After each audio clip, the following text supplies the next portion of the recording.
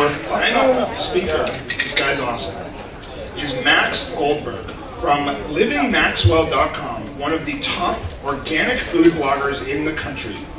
Please join me in welcoming Max Goldberg. Come on! Hello. My name is Max Goldberg. I have an organic food blog called livingmaxwell.com. I was profiled in the New York Times, the Huffington Post, and was named one of the top 10 living green experts on Twitter. But what I want to talk to you about today are two things: depression and antidepressants. Two things, unfortunately, I know a lot about. Like you, it's my junior year. I was at Brown University in the fall of my junior year.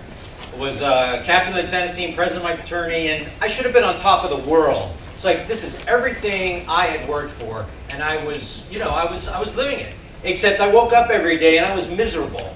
Every day was heavier than the next. You know when you go to the library and there's huge stacks of books, and you ever think about what would happen if those fell on me? Well, that's what I felt like every single day.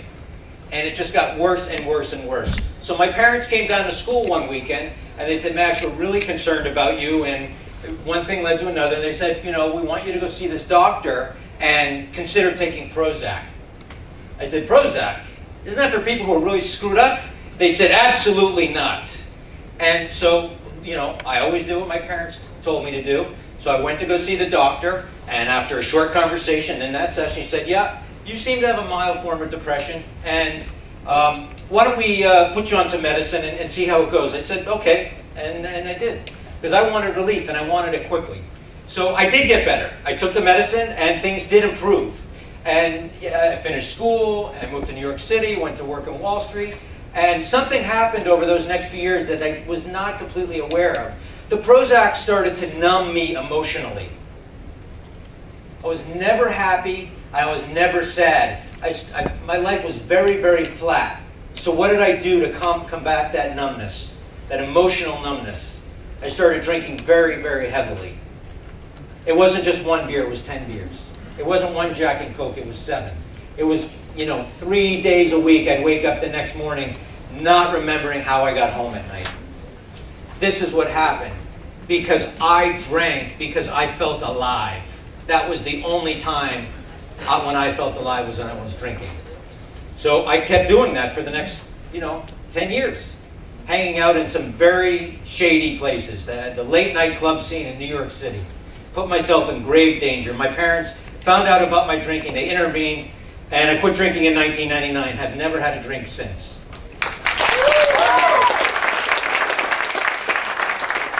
I was a cigarette smoker. I'd jump out of bed 6:30 in the morning if I knew there was a Marlboro Red in the kitchen. I turned 30 years old. I said, you know what? I got to make a decision right now. Am I going to smoke for the rest of my life or not? So I quit smoking cigarettes. I've never had a cigarette since. 2001, two things happened to me. One, I found organic food. I met someone who started telling me, oh yeah, I said, what's the deal with organic food? Well, it's food that doesn't have pesticides, synthetic pesticides, toxic chemicals, and it's not made from genetically modified ingredients. 70% of the food in the supermarket shelves today is engineered in a laboratory.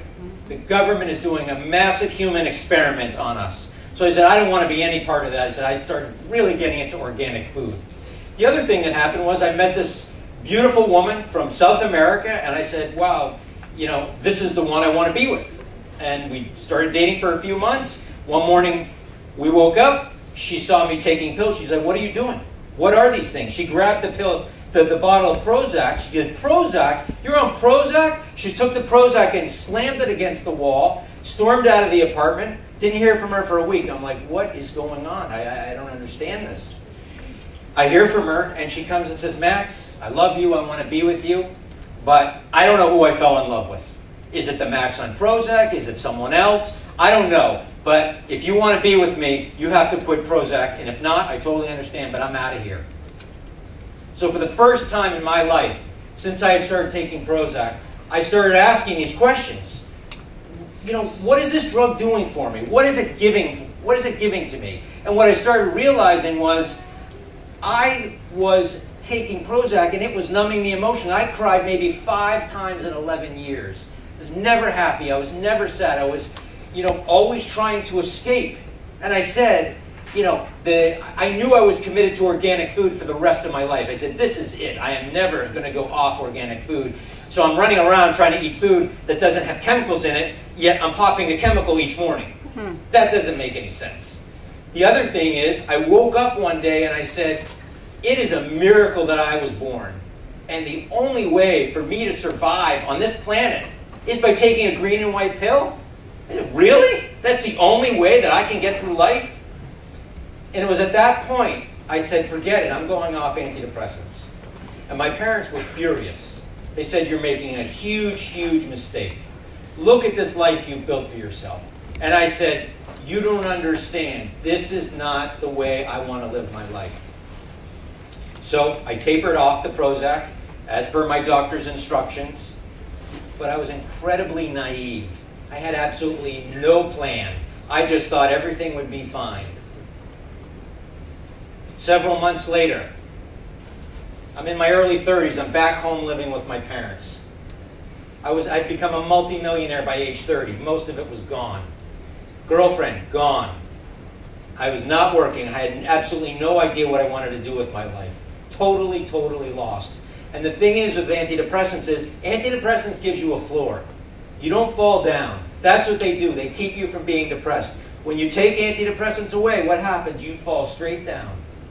Because antidepressants, you do not build up that skill of resiliency. When you fall down, you learn how to pick yourself back up. That does not happen. So I spent the next few years really, really struggling, thinking about killing myself all the time. I drove my car into a tree because I wanted to know what it would feel like. But I knew in my heart, and my parents were begging me to go back on antidepressants. I've ruined my life. And I said, absolutely no way. I'd rather be miserable for the rest of my life than go back on medication, because for me, I knew it was the absolute wrong decision. So I stuck to my guns. 3.5 years later, I went to this leadership program in California. I did this amino acid therapy program. And the movie, What the Bleep Do We Know? All those three things helped me turn the corner. Since I turned that corner, I never thought about killing myself, and I'm living. I'm happy, and I get sad, and I can cry like this. I shock myself thinking how easily I can cry, but I'm living. And this is what I never had when I was on antidepressants. And these are the things I wish I had known about antidepressants. I wish I had known that they were going to make me emotionally numb. I wish I had known that they are incredibly, incredibly difficult to get off of. If you think you're going to take them for a long period of time and go off, it's going to be back to normal, think again. I wish I had known that, I wouldn't have, I wish I had known that my personal development would have been stunted. I wish I had known that most doctors, not all, but most doctors have absolutely no incentive to take a patient off of antidepressants. Why? Because it means that the revenue's not coming in. I wish I had known the natural ways to cure my depression. I wish I had known some basic things about how the brain works, because that's where depression is. I wish I had known about vitamin D, staring at the sun with my eyes closed for 2 minutes. Vitamin D helps regulate melatonin levels, which allows us to sleep. If we don't get sleep, we get depressed. Drinking. Wish I had known that drinking is a depressant. It interferes with the central nervous system. I wish I had known about yoga. Yoga helps increase GABA levels, which is a neurotransmitter. When you have low GABA levels, you're irritable and moody. I wish I had known about food. What we put into our body is so essential, is so critical. I wish I knew about organic food. And the big one is sugar. Sugar will wreak havoc on your mood. Try putting processed white refined sugar for a few weeks and see what happens to your mood. I wish I had known about meditation, because that calms and centers you. The biggest thing I wish I had known, that if you leave here today and get anything from my speech, is that I wish I had known that our thoughts impact our reality. What you think about matters. If you think what's going on in here is not independent from what's going on there, we create our own reality with our thoughts. So there are some people that take antidepressants and it works for them, and that's great. If it works for them, great. For me, it did not work, and I did not know that there were options. And that is what I wanted to share with you today, to know that there are options out there. Thank you so much for your time.